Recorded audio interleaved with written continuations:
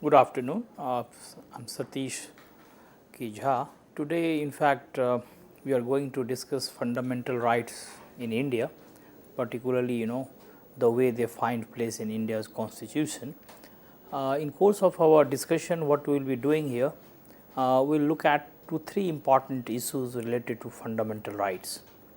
First of all, we'll have a look at that how this entire discourse of rights evolved in India, and then finally how it reached in the Constituent Assembly when the Assembly decided to spare separate sections, separate part in the Constitution for these rights. And number two, we will also take into account that how this discourse of rights has evolved all over the world, particularly United States of America, which perhaps was the first constitution which decided to to basically incorporate these rights in the constitution. But of course, those rights United States of America came through first 10 amendments, but nonetheless they have become integral to the constitutional history of United States of America. Then we will also see that how Indian discourse on fundamental rights in the constitution is significantly different from United States of America. In fact, one can find a lot of similarities in terms of the nature of rights, but then this scope, the way these rights have been interpreted, understood, and enumerated, that puts Indian case apart from United States of America. And today it is universally acknowledged that India was ahead of its time in terms of basically harmonizing two important types of rights under this category of fundamental rights. One is individual rights, another is group rights. And today in political theory, when this important discourse of group rights is making headway, one can say that India was ahead of its time and envision a future for group rights, and therefore basically today its significance is understood universally. So that way one can say that India is even ahead of United States of America, even if in terms of time one can say the United States of America was the first country which basically went for this written constitution with fundamental rights. So this way we can say that India has significant differences from United States. Then we will also see the nature of fundamental rights in Indian constitution. What is the nature of those rights? And then we will try to have a look at the various provisions, various articles, various types of rights, as it is normally believed that in India there are 6 different types of rights which find place under the category of fundamental rights. What are those 6 types? We will also try to have a look at it. And finally, we will also see that how this judicial protection of these rights makes it more special.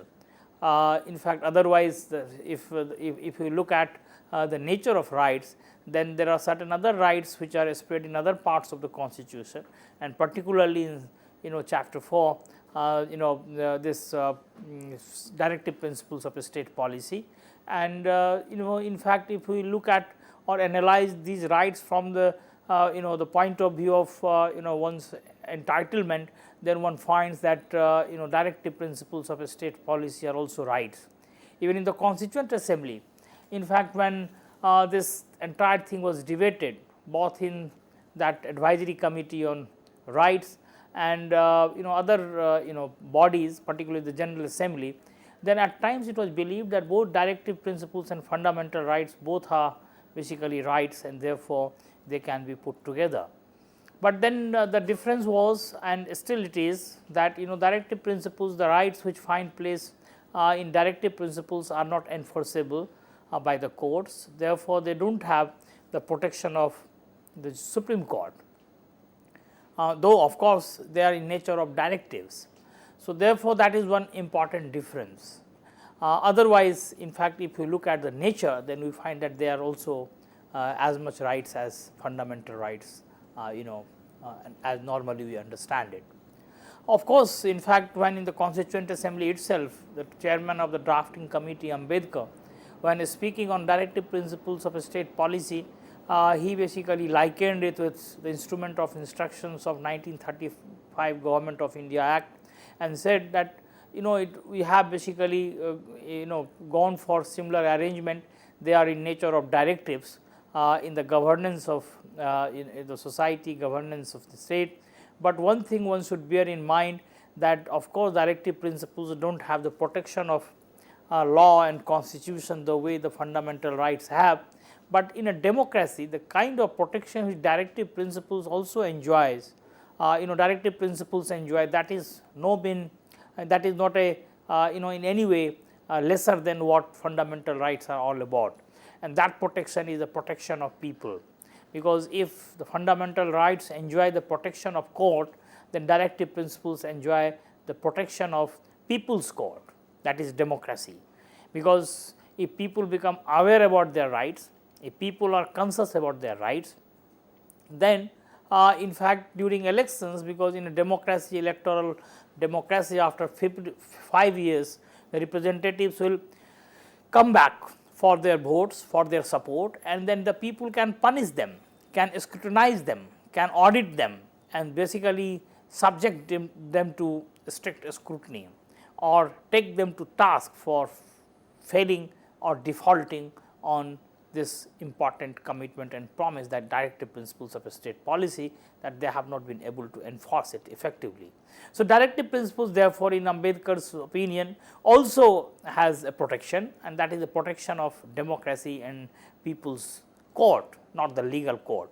But nonetheless, in constitutional legal terms one can say that fundamental rights are different from directive principles of a state policy, in the sense that directive principles do not enjoy the kind of protection by the court which fundamental rights do, and therefore they are not enforceable by the court.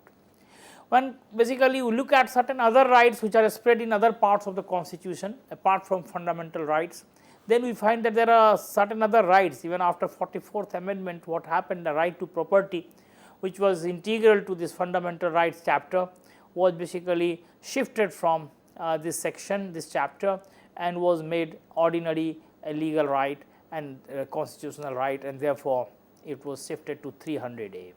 Similarly, you have 301 also talking about certain rights like doing trade, commerce throughout the country, and basically the provision of the government, that how to levy taxes and all that. So, all these are also in nature of rights, but nonetheless they cannot be called fundamental rights. So, when we talk of fundamental rights, we are strictly basically implying by fundamental rights the provisions which start with article 12 and then goes on till basically 34, 33, 34 and so on and so forth importantly, but then there are other provisions. So, basically this is how we look at the entire discourse on fundamental rights. But before we come to this constitution and basically enumeration of these rights in the constitution, we should also remember that how this discourse of rights emerged in India, evolved in India, and there is a long history, and it started during the colonial period. It is normally believed that India from the very beginning was not right centric society. Here there was more emphasis on obligation and duties. Of course, now duties are also part of the Indian constitution, but normally in terms of Indian political thinking, it is believed that Indian mind always focused more on duties and more on obligations than on rights, and therefore rights it is also argued that are in essentially a Western creation, or basically or integral to Western political thinking, not Indian political thinking. But in modern times, of course, this discourse of rights has become very important, with many important revolutions shaking the world. The three important, of course, being some of the revolutions in Britain, and then particularly England, and then the French Revolution, the American War of Independence, and so on and so forth. So, all of them added a new dimension to this discourse of rights. For example, though fundamental rights or the concept of rights, fundamental right, which basically has become constitutionalized over the years. Normally, people trace it to United States of America, but one should not forget that this entire notion of rights was basically also integral to the British political tradition, and therefore, this Magna Carta basically emerging during the feudal period, not the capital, I mean the medieval period, 1215, and therefore, that was the first important landmark development or achievement of human beings in modern times, when they started basically talking in terms of rule of law, that the and many other provisions which are today integral to this discourse of rights. So, Magna Carta is important landmark. Then of course, the French Revolution, when it took place, the three important values for which this revolution is still remembered: liberty, equality and fraternity, the three things, and those three things are integral to any discourse of rights anywhere in the world. When it came to American War of Independence, then we find that these rights started taking a concrete shape, and when they decided to write the first a constitution, democratic constitution, the written constitution, then some of them basically found a way in this constitution also. Of course, initially it was a very short, very cryptic body of laws, and therefore, with the first 10 amendments, what happened, that some of the provisions were incorporated in the constitution, and which have become basically famous as most important document talking about these rights. We will basically later also have a look at this American and United States of India, the comparison on fundamental rights, because one thing should be remembered, that United States of America, this discourse of natural, the rights are basically related to the entire idea of natural law and natural rights, whereas in Indian context, a lot of people feel that that type of comparison is not quite apt, because this natural law, natural rights of course underpin any discourse of rights, but then in Indian situation it is little different, because the protection which is offered by the court in United States of America, of course, the judiciary basically arrogated to itself this power to review the acts of legislature and executive, and therefore, this judicial review is basically extra constitutional growth in United States of America. But in India, what happened?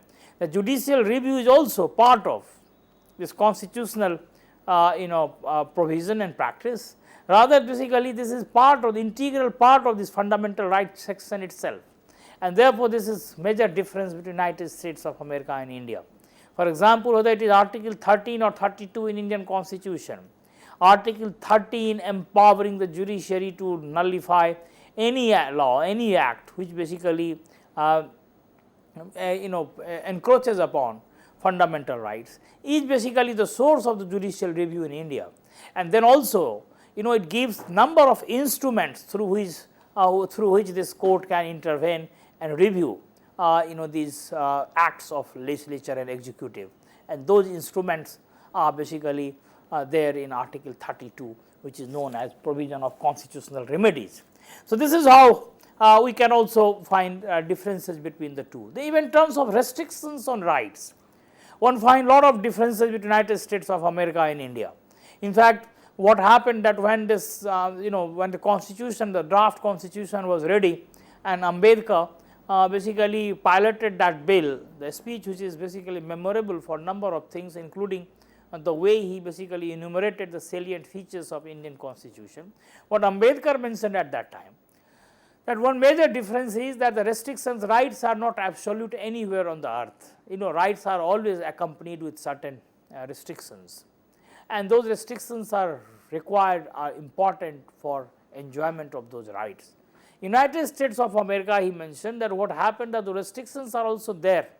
They are also not absolute in United States of America, but what has happened, that those restrictions have been imposed by the judiciary from time to time whenever it is required. But in India, what is the difference, that the constitution itself mentions those restrictions, and they exist side by side those, because we have not left it at the whims and fancies of the judiciary, but rather the Constituent Assembly decided to basically put reasonable restrictions on all these rights. So, therefore, what has happened, that the judiciary, the kind of liberty and freedom judiciary has acquired United States of America in interpreting and basically inserting those restrictions, there was not much space in India, because those restrictions were already laid down. But one thing is there, but in spite of this, the judiciary has from time to time has taken advantage of, or rather has basically utilized this power of judicial review, and has gone to an extent that a lot of people have started now saying the United States of America and Indian situation now more or less similar. Indian judiciary is also now moving in direction of this natural rights and natural law doctrine of justice, and therefore fundamental right, the way they have interpreted and expanded the scope. In fact, we will touch upon some of these issues. That reminds one of the American judiciary, which arrogated to itself this power of judicial review in famous Marbury versus Madison case in 1802. So, therefore, what we find that in spite of Constituent Assembly taking basically full precaution that judiciary should not basically go in terms of interpreting these rights and putting restrictions, unreasonable restrictions, and therefore certain reasonable restrictions were already mentioned and recorded and documented. Judiciary has taken advantage of this fact and has basically to some extent one can say that expanded the scope of these fundamental rights. So, these issues are there, but to begin with, this discourse of rights in India, one should remember, as I was mentioning earlier, they started during colonial period, because India was a colony, and therefore India was struggling against many odds. And one of the important feature of that period was that Indian people did not have rights, because they were not treated as citizens, but rather they were subjects of the colonial empire. So, therefore, what happened, this quest for rights was always there, and particularly in 19th century, when basically India's national movement started growing in size and in strength, we find that this quest became more louder and louder. The first important instance of such quest one can find in this Swaraj Bill of 1895. A lot of people speculate that it was perhaps Tilak who was the creator of this bill, rather he was the drafter of this bill, the Swaraj Bill of 1895. Later on, we find that in 20th century many such initiatives came to the fore. One of the important initiative was of course by Annie Besant, the Commonwealth of India Bill, and then of course one should remember that this was the time when Annie Besant and Tilak had started Home Rule movement, and there was a tremendous influence of Irish Free State on them, and therefore this Irish experience, and therefore what they did, that they drafted these rights on pattern of this Ireland. Now, what happened that subsequently we find that till 1927, between 1917 and 1927, the Congress had basically in various sessions passed many resolutions, which also basically signaled that how the Congress as a representative of the Indian people were basically thinking in terms of fundamental rights of the people, the rights of the people, and therefore they had started envisioning a future constitution for India in which these fundamental rights would find important place. But the most important development of course was 1928 Nehru report. Basically Nehru report had a context. The context was provided by the Simon Commission, which was basically Whiteman's commission as it was boycotted. And then what happened, that the kind of ridicule to which Indians were subjected from time to time by the British emperor, by the British rulers, that Indians were not capable of drafting a constitution for themselves, on which all groups, all sections, all communities would agree. So, therefore, Indians took this challenge, and all parties conference formed this committee, Nehru committee, and Nehru committee that became famous because it was the first attempt that Indians were trying to draft a constitution for itself. This Nehru committee for the first time, in such a systematic manner, talked of many things which later on find place in Indian constitution of 1946-49 period when Indian constitution was being drafted. We find that fundamental rights are also integral to this recommendations of the Nehru committee of 1928. Then of course, the most landmark development took place in 1931, the Karachi Congress, which is famous for many things, but one important thing is that the way the Karachi Congress resolution talked of fundamental rights of the people, it became quite clear at that time that after independence, when India will get the opportunity to draft a constitution, one important feature of that constitution will be fundamental rights. So, Karachi Congress therefore is another landmark. Then of course, we have the Sapru Committee, a report of 1944-45, again a non-party committee, and therefore we find that fundamental rights also becoming important part of the Sapru Committee initiative. So therefore, one can say that during this period, in 20th century particularly, that we have had series of events and series of initiatives through which this concept of fundamental rights started acquiring a new form and a new shape. Now, what happened that when the Constituent Assembly was formed after this cabinet mission plan, then Constituent Assembly of course had an important committee on basically the fundamental rights, and that committee of course played important role in basically creating this structure for fundamental rights. And then of course, the debate which followed, the contributions which were made by the various members of the August House, particularly many jurists, many statesmen and many people with lot of wisdom and so on and so forth, they contributed immensely in the creation of these fundamental rights. But of course, the committee which was dealing with fundamental rights, simultaneously there was another committee which was dealing with minority rights, and this was basically mandated by the cabinet mission itself. And therefore, one can find that the minority committee also, the advisory committee on fundamental rights and its subcommittee on minorities, we find that these committees worked in tandem, and therefore what we find that in fundamental rights section, the two important provisions, the rights which were guaranteed to individuals and the rights which have been guaranteed to groups and communities, which is perhaps one of the salient feature of Indian Constitution, largely emerged out of this fact that the two committees were working in tandem. And therefore, one of the significant development around that time was this concept of the group rights, because even this entire Western discourse of rights started thinking or recognizing the importance of group rights much later. Political theory only in 80s and 90s started thinking the limitation of liberal discourse on rights and started thinking about multiculturalism, communitarianism and group rights and particularly minority rights. But if you look at the Indian Constitution, we find that way back in 1946, Indian Constitution has important sections on minority rights, particularly Article 29 and 30 in Indian Constitution. So therefore, one can see the significance of such committees working on these rights. Now, what happened that of course, when the Constitution came into force, what we find that of course, these rights, the issue of rights has become very significant part of our democratic process, because rights are basically a means to empower people, because one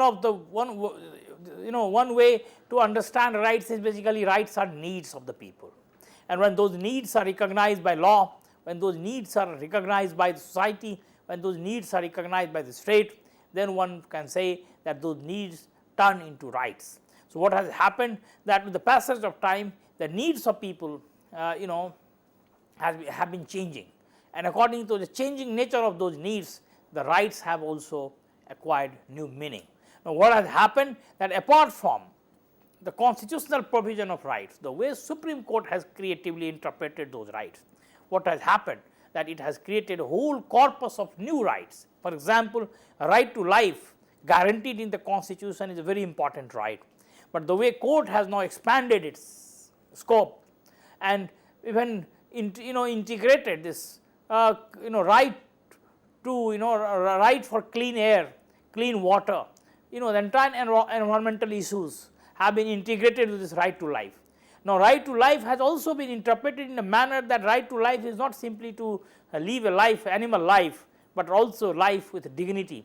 So, dignity is integral to right to life.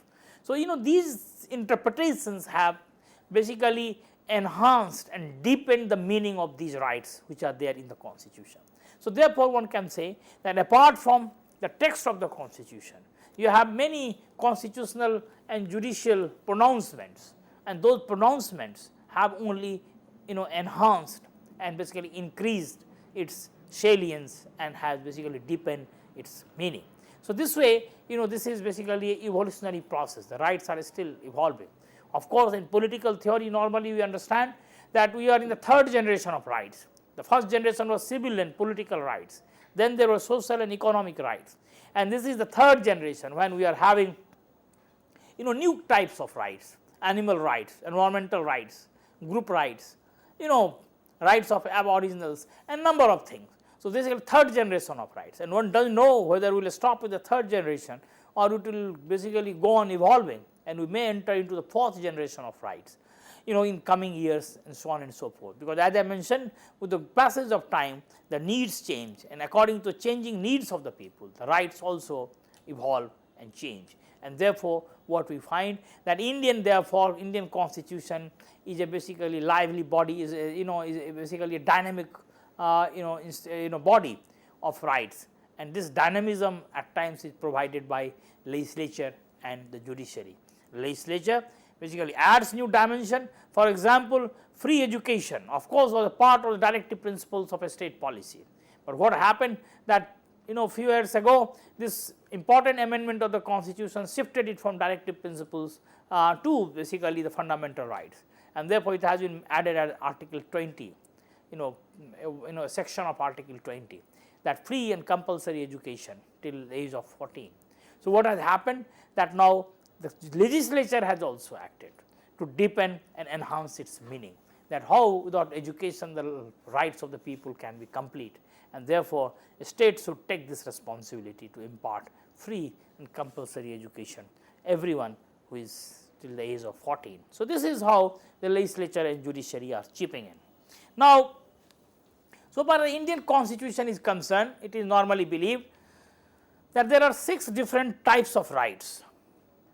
In fact, the first type is of course that there are certain rights which talk of equality, and here basically the article 14, article 15 and article 16 are basically highlighted. Article 14, equality before law and equal protection of law, that is important, basically a principle of rule of law, and that is there. Then of course you have 15, that is non-discrimination, and then 16, equal opportunity in jobs and opportunities. So, these are basically the equality, that non-discrimination, that a state will not discriminate among people on basis of caste, creed, religion, or for any for that matter on any extra legal constitutional consideration. So, of course, exceptions are there. Some of the exceptions were already there earlier.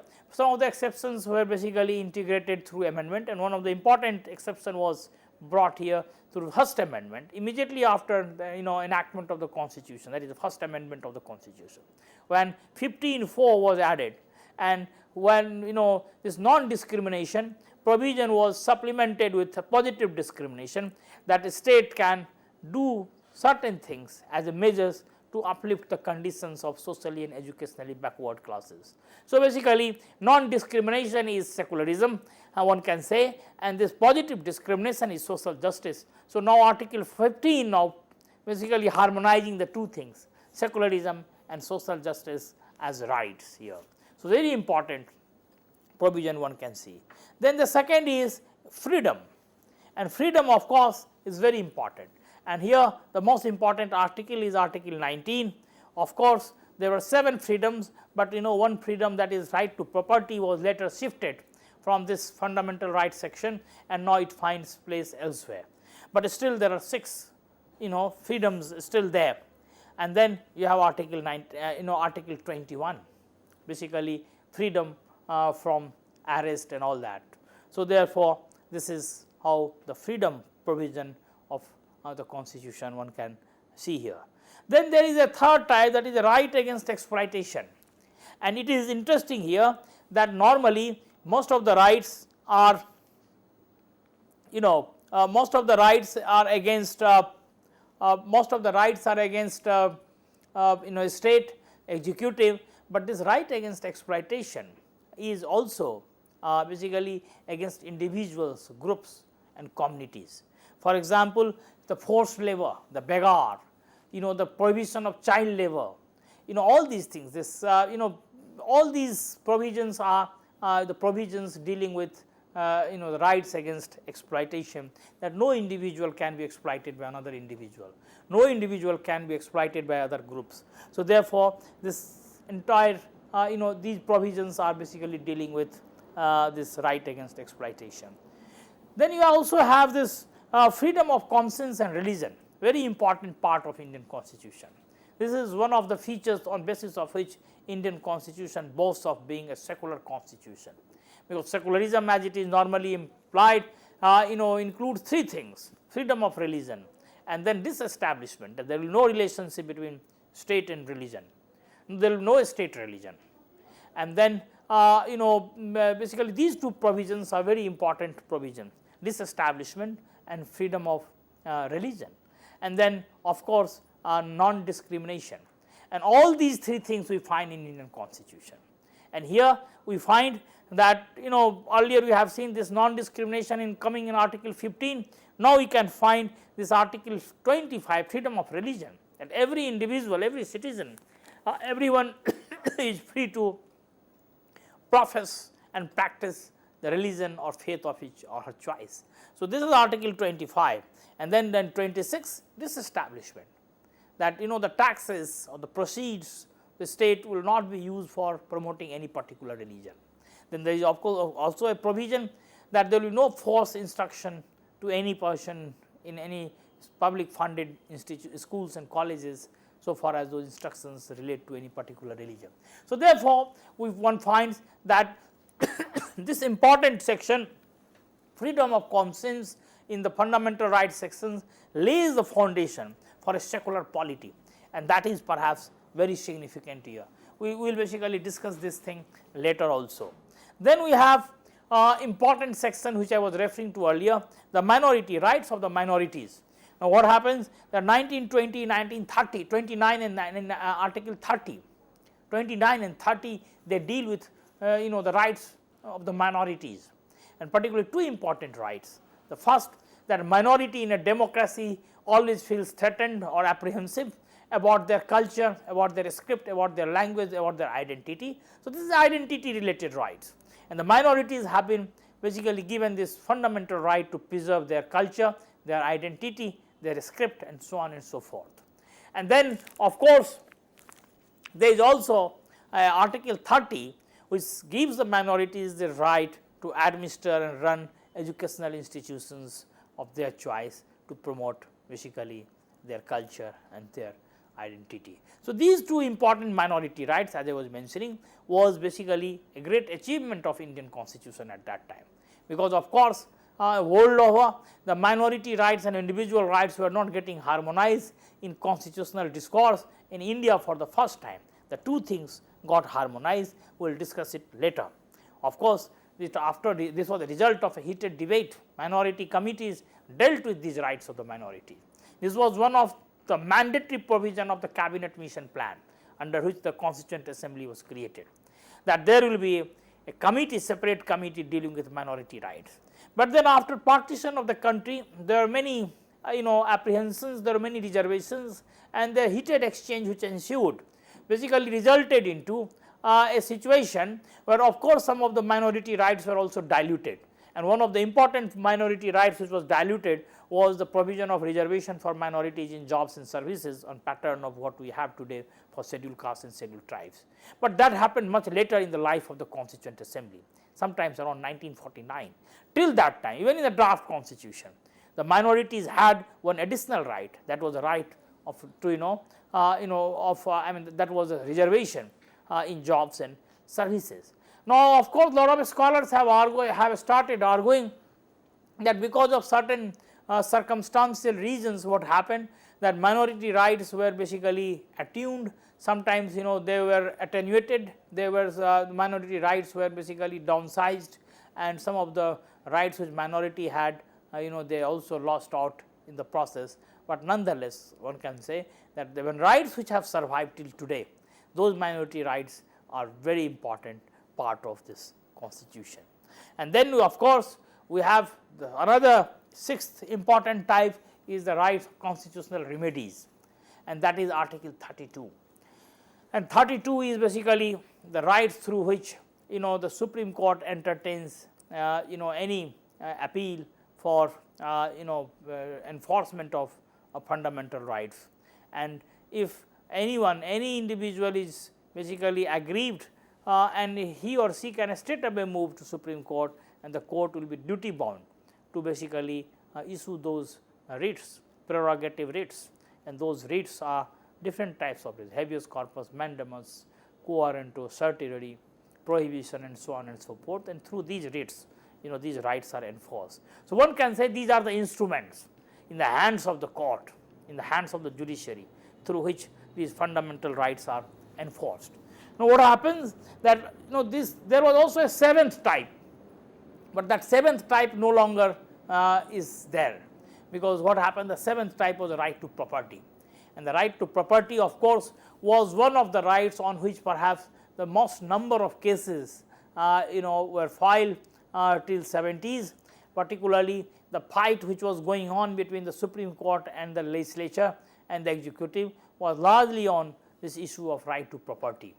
And of course, the most important amendment of the Constitution, that is the 44th Amendment, which was essentially meant to undo some of the wrongdoings of 42nd Amendment, but in the process also amended right to property and shifted it from fundamental rights and made it ordinary rights under Article 300A.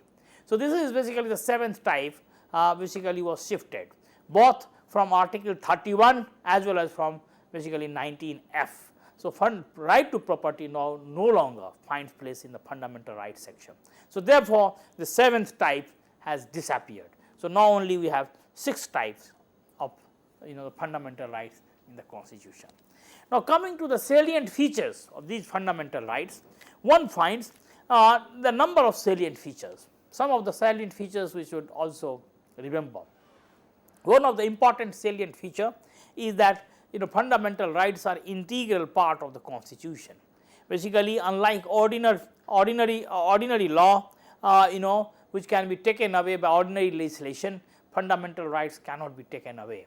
Now, of course, it has to be done only through amendment, but of course, that amendment is also now not enough, because there is a rider from the Supreme Court in the famous Keshwanand Bharti case, that any amendment which basically encroaches upon these fundamental rights, and of course, the legislature under 368 article is empowered to amend the Constitution, but this amendability of the Constitution is subject to this rider, that the basic structure of the Constitution should not be disturbed.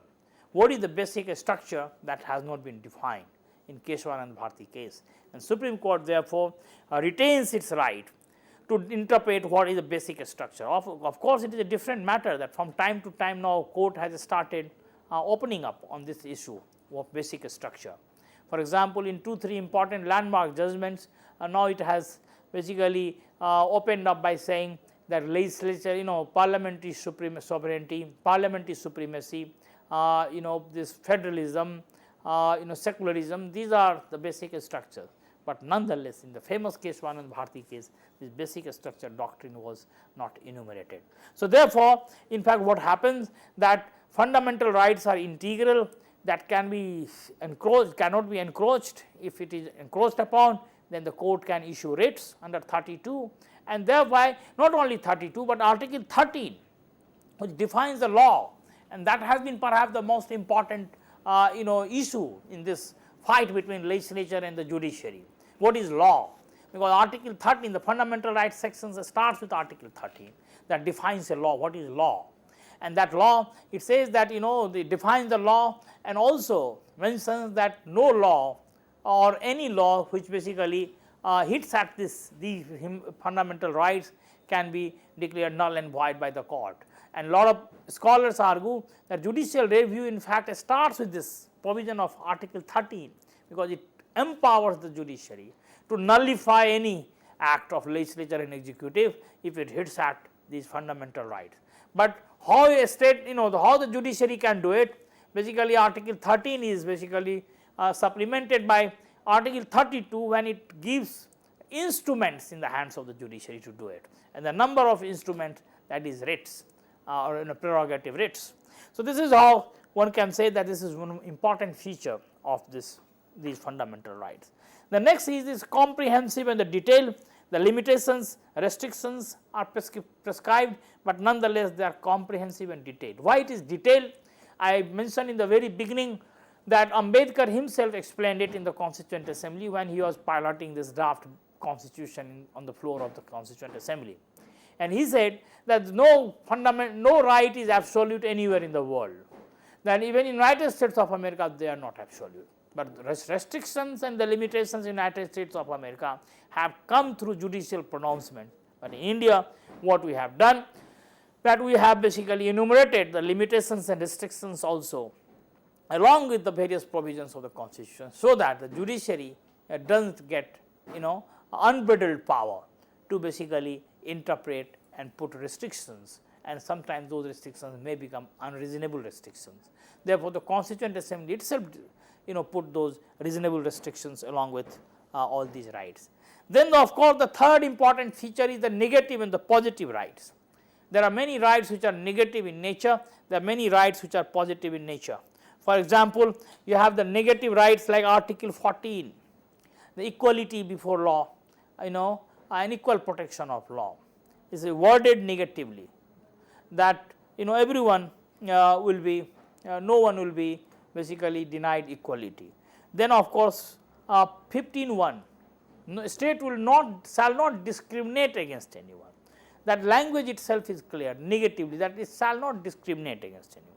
16(2) in similar in nature, 18(1), then you have 20, 22, 28, all these are negatively worded, and negatively worded means that the language is as such that one can infer from that language that basically does not give any positive power, any positive entitlements, rather basically they only gives a legal basis for prohibiting, preventing state, executive, legislature from taking away that rights or basically denying that right. So, that is this. Then of course, there are positive also. So, therefore, this is one interesting feature that Indian Constitution has both positive and the negative components of rights. So, therefore, you have the positive rights like 25, which is a right to freedom of religion. Then you have 29, 30, all they are in positive. Even Article 19, freedom of expression, freedom to assemble peacefully, freedom to move, all these rights are positive in nature. So, therefore, negative and positive, the combination of negative and positive is quite significant. Of course, there are a whole section of rights which are positive in nature, that is of course not recognized as fundamental rights, they are part of the directive principles of a state policy. So, that is a different question, but even in this chapter, that is fundamental rights, there are many rights which are negatively worded and there are many rights which are positively worded. The restrictive nature of rights, the rights which are basically accompanied with many restrictions. For example, 16, even now 15 is there, that is non-discrimination, when you have 16(4) added after the first amendment, when there is a provision for positive discrimination for the upliftment of socially and educationally backward classes. Then of course, you have 16 from the very beginning was restrictive in nature, where of course, there was a provision for basically for positive discrimination or affirmative action.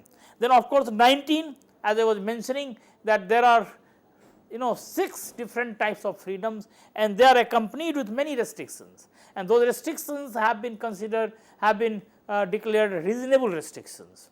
And of course, it is the insertion of the word reasonableness that opens the door for judicial interpretation and judicial intervention. What is reasonable?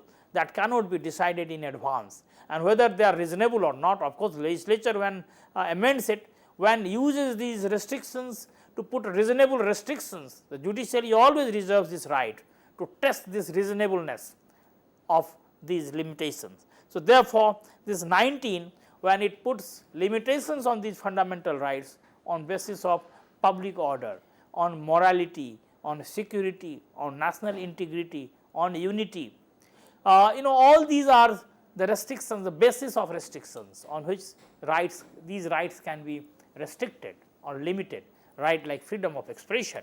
For example, freely assemble, right to freely move.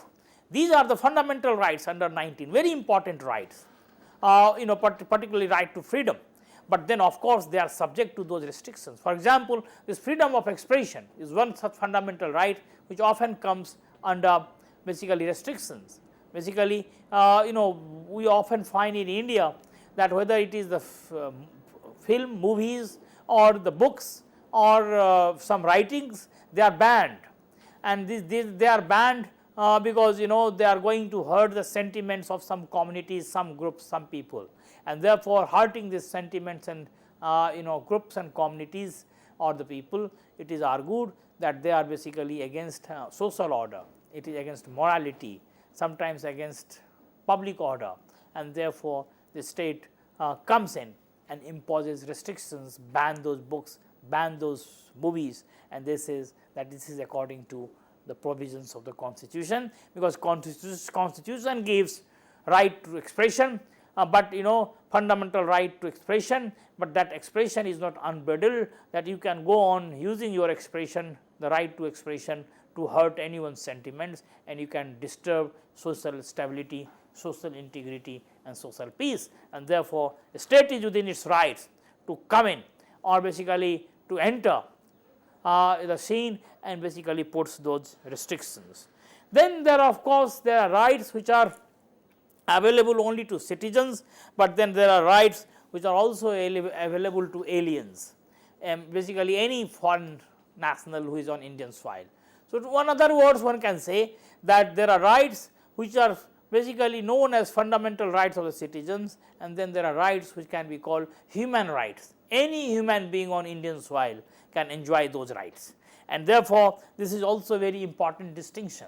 For example, that the right to life, right, freedom of religion, right against exploitation, all these are the rights which are available to any human being on Indian soil. Well, there are many rights like this right given under 15, basically 16 in opportunities and so on and so forth. These rights are only available to Indian citizen. Then of course, there is another important distinction that basically Indian fundamental rights are not natural rights the way they are basically considered United States of America, are not totally unenumerated. Basically all Indian fundamental rights are very much documented in the constitution, and therefore they are basically part of the constitutional document. Unlike United States, where the Supreme Court, invoking this natural law and natural justice, at times goes on interpreting these rights in a manner where basically sometimes it becomes difficult to understand this nature and the scope of those rights. But in India, of course, now Supreme Court has started using this doctrine of natural right, natural law and natural justice, particularly the way it has started interpreting freedom, right to freedom, and particularly in famous Maneka Gandhi case and many other cases, the way Indian Supreme Court has started interpreting it. A lot of people argue that the constitution talks of procedure established by law, not due process of law, but Indian Supreme Court has again now is moving in the same direction where American Supreme Court stands, like due process, and due process is not only procedural dimension of law which it looks into, but also substantive dimension of law, invoking both natural law and natural justice, and therefore seeks to interpret those rights in a more comprehensive manner. So, this is something which Indian Supreme Court is also doing. Though the super constitution and fundamental rights are concerned, they are of course not basically structured that way. Therefore, you cannot say that they are unenumerated, therefore, the judiciary cannot have basically full say. For example, as I mentioned that Ambedkar himself mentioned that the reasonable restrictions have been imposed by judiciary from time to time, but we have mentioned all restrictions in the constitution just to basically curtail the space for judicial interpretation and intervention. But nonetheless, Indian judiciary is also now utilizing this opportunity. Now then, of course, the next feature is that Indian fundamental rights are amendable under article 368. Of course, it was the result of a long fight between the judiciary and the legislature, and the fight started way back much earlier particularly, but this harmonious construction doctrine, the interpretation, the harmonious construction, basically most of the fights which have taken place between the legislature and judiciary in India were initially mostly on this relationship between fundamental rights and directive principles of a state policy. The executive and the legislature were trying to privilege directive principles on the fundamental rights, whereas the judiciary was basically not ready to accept this and was always trying to basically look at fundamental rights as quite sacrosanct. But initially there was a doctrine coming from Supreme Court of harmonious construction, under which both had to be accommodated and synchronized, fundamental rights and directive principles. But later on that harmonious construction doctrine got abandoned, and particularly the Golaknath case in 60s is quite memorable, when basically the Supreme Court took an extreme position that fundamental rights in no situation can be amended. Earlier the fight was on relationship between 39 and 31 article, 39 BC and 31 C, particularly the land reforms legislations, because as I mentioned that immediately after the commencement of the constitution, first amendment was done, and during with the first amendment what happened, that many state legislations on land reforms were nullified by the judiciary, and in order to protect those legislations from judicial scrutiny, a 9th schedule was created, and those land reforms related laws and promulgations were put in those 9th schedule as a safe vault where judicial review will not extend.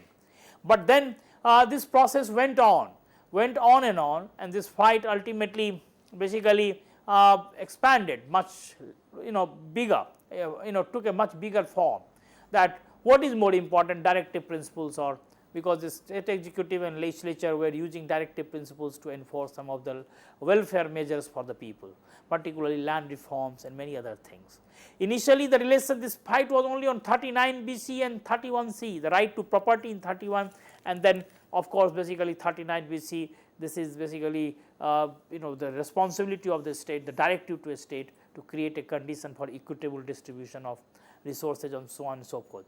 But later on, when this relationship was expanded and it was made between the whole of directives and the fundamental right 31C, then the court intervened.